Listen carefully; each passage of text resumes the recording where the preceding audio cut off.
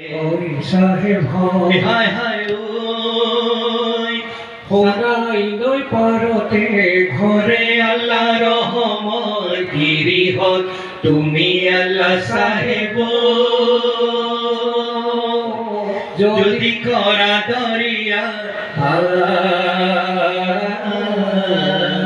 বুকুর বারর বেরিয়ায় হয় সাহেব হয় দুপর সাই ডরিয়ায় হয় সাহেব হয় হায় হায়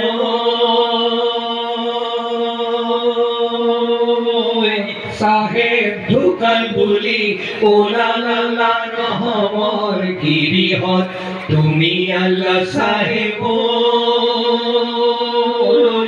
যদি করা দরিয়া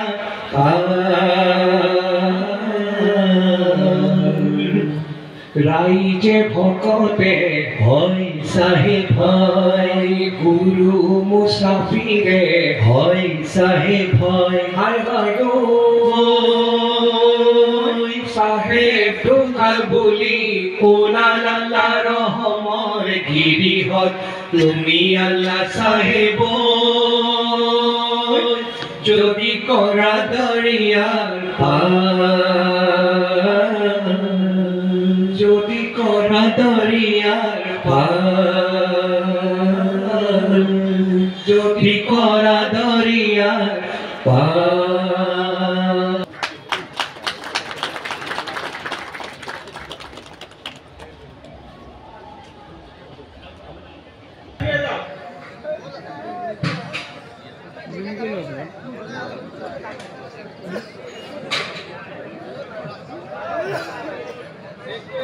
কথা ক'ব লাগিব যে এই চৈতান যোনটো আছে এই চৈতান বেলেগ বেলেগ ধৰণৰ ৰূপত আমাৰ এই জীৱনত সন্নিৱিষ্ট হৈ আছে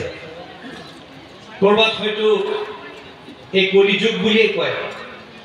মানুহে মুখেৰ কথা ক'ব কিবা এটা কিন্তু কৰিব কিবা এটা বেলেগ ধৰ্মৰ কথা ক'ব কিন্তু প্ৰকৃততে অধৰ্মৰ কাম কৰিব নিজৰ হাতত বহু টকা পইচা থাকিলেও ধৰ্মৰ বাবে এটা টকা দিবলৈ 10 বাৰ ভাবিব লাগিব কিন্তু বেয়া কামত সেই টকা বা নিজৰ কিছুমান হেৰিত সেই টকা সম্পূৰ্ণভাৱে লুটাই দিব এইটো কলি যুগ এটা বেলেগ ধৰণৰ যুগ কিন্তু শ্ৰদ্ধেয় ৰাইজ যেতিয়া এই ধুমুহাবোৰ আহে এটা ডাঙৰ পাথৰ এটা পাহাৰৰ পৰা আহি থকা অৱস্থাত এই ডাঙৰ ডাঙৰ গছবোৰ দেখাত ডাঙৰ এই অধৰ্মৰ বস্তুবোৰ দেখাত ডাঙৰ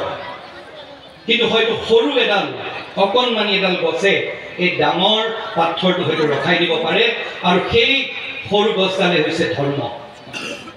আৰু সেই ধৰ্মৰ বাবে আজি ইয়াত আমি একত্ৰিত হৈছোঁ আজি আমি এই জ্ঞানী গুণীসকলৰ পৰা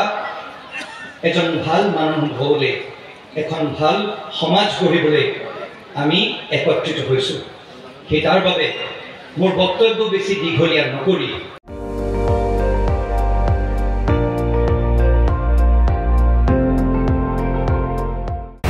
আপুনি চাই আছে ND24 সৰ্বশ্ৰেষ্ঠ নহয় সৰ্বোত্তমৰ দৌৰত